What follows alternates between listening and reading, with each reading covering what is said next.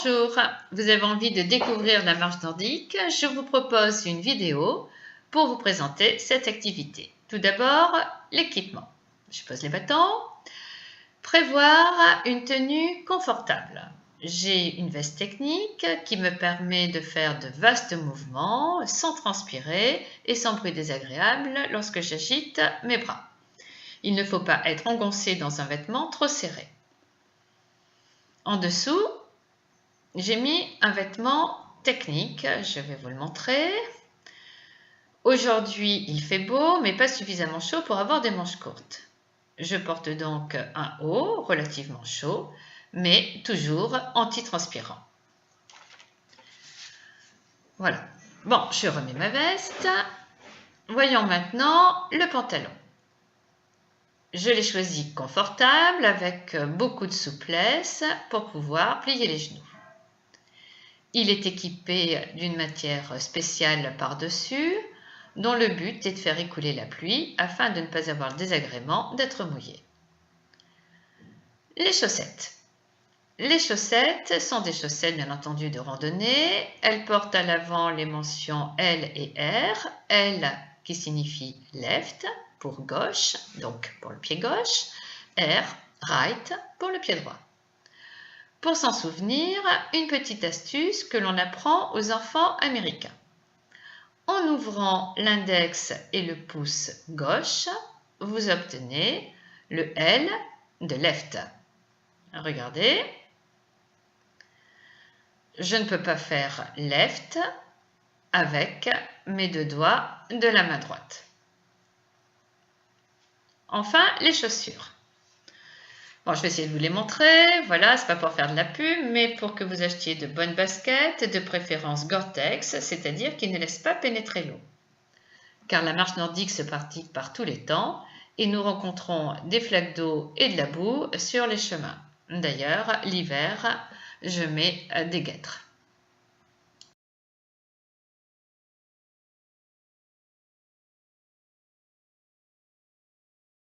Maintenant, les sticks ou bâtons, il faut de préférence les prendre en carbone pour éviter évidemment les vibrations et donc par conséquence les tendinites. Vous avez aussi les poignets, vous voyez, en liège, toujours pareil, pour amortir les vibrations. Voyons maintenant les dragons. Alors, la différence entre les bâtons de montagne et la marche nordique, c'est justement ces dragons. Vous voyez, je peux mettre le pouce. Alors justement, vous voyez, j'allais faire une erreur, j'allais l'enfiler, je voyais que c'était pas ça. Parce que là encore, j'ai left et right. Donc là, c'est la main gauche, voilà ma main droite. Donc, j'enfile mon pouce, voilà. Je resserre bien autour de mon poignet et vous voyez, je suis bien tenue. Hein, il ne faut pas que vous ayez une bride entre le stick et la dragonne qui soit trop lâche. Voilà, je fais la même chose donc avec l'autre bâton. Et là, je suis bien équipée. On part toujours avec un sac à dos. Dans le sac à dos, on met une petite barre de céréales ou tout simplement des noix de cajou, des noisettes, des raisins au cas où on aurait un petit creux et surtout de l'eau, hein, donc de l'eau plate et on boit régulièrement. Voilà, maintenant on va pouvoir voir la pratique. À tout de suite. Avant de partir, surtout ce qui est important, bien s'échauffer. Alors je ne vais pas vous faire voir tous les exercices d'échauffement, je vous fais voir simplement un petit exercice qui permet de faire à la fois les bras, on le fait dans un sens, dans l'autre sens et évidemment les jambes. Ensuite on peut dérouiller tout simplement ses chevilles, faire un petit balancement de droite à gauche. De la même manière, je tourne mon autre cheville, je balance, voilà. Donc on peut varier les plaisirs, partir du haut et puis du bas, voilà, partir du haut, du bas, du haut, voilà, bon, bref, voyons maintenant, une fois qu'on est échauffé, comment est-ce qu'on va faire. Alors, normalement, je vais mettre un petit peu de biais pour que vous puissiez le voir. Lorsque on plante le talon gauche, eh bien, on doit planter le bâton droit. Et à l'inverse, lorsque je plante mon talon droit, eh bien, je dois planter mon bâton gauche. Il est évident que si vous commencez à partir avec cette idée, eh bien, très rapidement, vous allez vous emmêler les pinceaux, comme on dit. Donc, la meilleure technique, en tous les cas celle que je vous préconise, c'est tout d'abord de partir en laissant traîner vos bâtons. Voilà, donc on va marcher d'une manière naturelle, on les laisse traîner. En les laissant traîner, cela permet d'avoir déjà une bonne position. Et puis au fur et à mesure, donc peut-être 100 mètres, 200 mètres plus loin, vous commencez tout simplement à récupérer vos bâtons. Voilà. Et puis lorsque vous sentez que c'est parti, eh bien, vous allez pouvoir marcher. Quel est le vrai geste et le bon geste? Le vrai geste, c'est que je plante fermement. Voilà. Et quand je vais planter, vous voyez, j'ai à la fois une bascule, ce qui va me mettre en déséquilibre et me permettre d'avancer. Et le fait de planter fort, regardez ma main, mes doigts s'ouvrent. Au départ, vos doigts risquent de ne pas s'ouvrir, ne forcez pas le mouvement. Au fur et à mesure que vous planterez d'une manière dynamique, ça va fonctionner. Donc, je vous refais voir comment ça va se fonctionner. Voilà. Voilà. Vous restez le corps bien droit. Justement, ça nous permet d'avoir une bonne position. Et ensuite, eh bien, vous pouvez y aller. Alors, ce sport se pratique effectivement en pleine nature. Donc, vous risquez de trouver des obstacles. Ça peut être une grande flaque d'eau, vous ne pouvez pas faire le tour. Ça peut être tout simplement un petit ruisseau. Alors, quelle est la technique? La technique, eh bien, s'appelle D'Artagnan. Je suis là, je vais vous faire voir. Je tourne mes poignets, voilà, et j'ai mes pouces dessus. J'espère que vous le voyez bien. Donc, je symbolise par cette branche une rivière.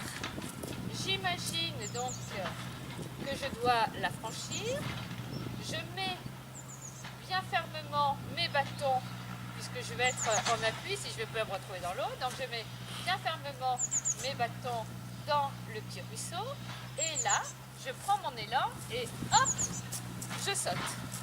Donc je vous le refais voir, vous êtes en train de marcher, hop, la rivière, et je saute. Voilà donc ce qui vous permettra de franchir tous les obstacles en toute sérénité.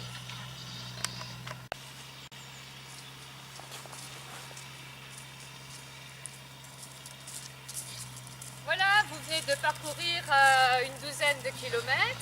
Vous êtes bien entendu hydraté tout au long du parcours. Et là, eh bien, il est important, comme tout à l'heure, avant de partir, on avait fait les échauffements, de faire maintenant les étirements. Alors là aussi, je ne vais pas vous faire toute une démonstration sur les étirements, mais pensez surtout à vos jambes.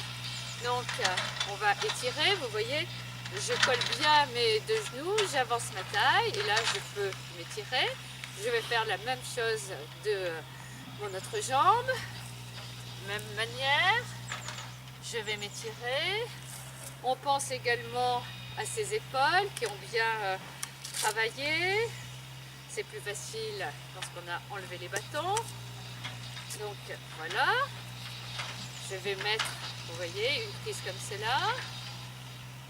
De la même manière, vous faites bien attention à votre cou. Vous allez pouvoir également vous étirer de cette manière, de l'autre côté. Et enfin quelque chose peut-être d'un petit peu plus difficile, mais très utile pour les fessiers. La petite chaise, vous imaginez que vous asseyez, vous mettez votre coude, vous penchez bien le buste en avant et là, ça étire bien vos fesses, vous faites ça de chaque côté. Et là, vous avez fait vraiment un bon entraînement, échauffement, marche de 12 km environ, étirement et vous avez tous les bienfaits de la marche nordique. À bientôt. Voilà, on est en pleine nature, donc exercice pratique, je vois une flaque d'eau, donc je vais pouvoir appliquer D'Artagnan. Et hop! Et voilà, et je reprends mes bâtons.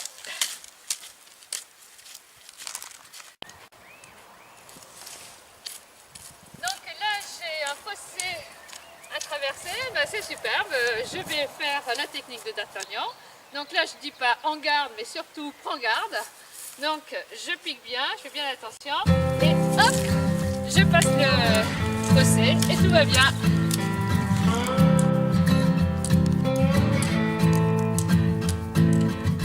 I've been running and I've been screaming and I've been crawling after you. I've been saying that I don't need it, but damn it, I still